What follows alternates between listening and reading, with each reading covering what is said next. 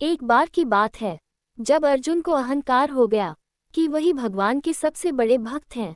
उनकी इस भावना को भगवान श्री कृष्ण ने समझ लिया। अर्जुन का अहंकार तोड़ने के लिए एक दिन भगवान उन्हें अपने साथ घुमाने ले गए। भ्रमण करते समय उन दोनों की मुलाकात एक गरीब ब्राह्मण से हुई।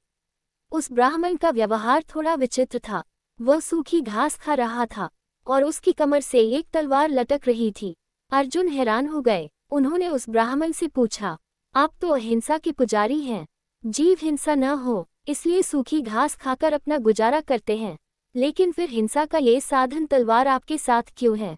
ये प्रश्न सुनकर ब्राह्मण ने जवाब दिया, मैं कुछ लोगों को दंड देना चाहता हूँ। अर्जुन ने उत्सुक होकर फिर प्रश्न किया, हे महामना, आपके शत्रु कौन हैं? ब्राह्मण ने उत्तर दिया, मैं 4 लोगों को ढूंढ रहा हूँ जिन्होंने मेरे भगवान को परेशान किया है, ताकि उन्हें उनके कर्मों का दंड दे सकूं। अर्जुन ने फिर पूछा, वे 4 लोग कौन हैं?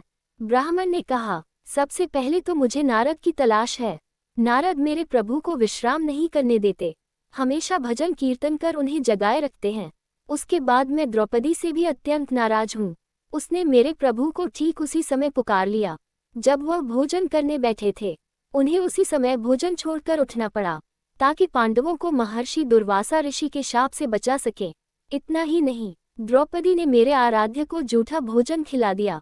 अर्जुन ने पूछा, आपका तीसरा शत्रु कौन है?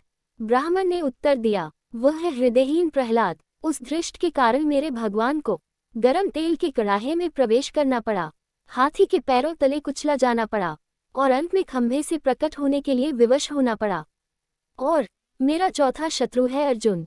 उसका दुस्साहस तो देखिए, उसने तो मेरे भगवान को अपना सारथी ही बना डाला। उसे भगवान की असुविधा का थोड़ा भी ध्यान नहीं रहा। इससे कितना कष्ट हुआ होगा मेरे आराध्य भगवान श्री कृष्ण को। ये सब बताते बताते उस गरीब ब्राह्मण की आंखों से आंसू बहने लगे।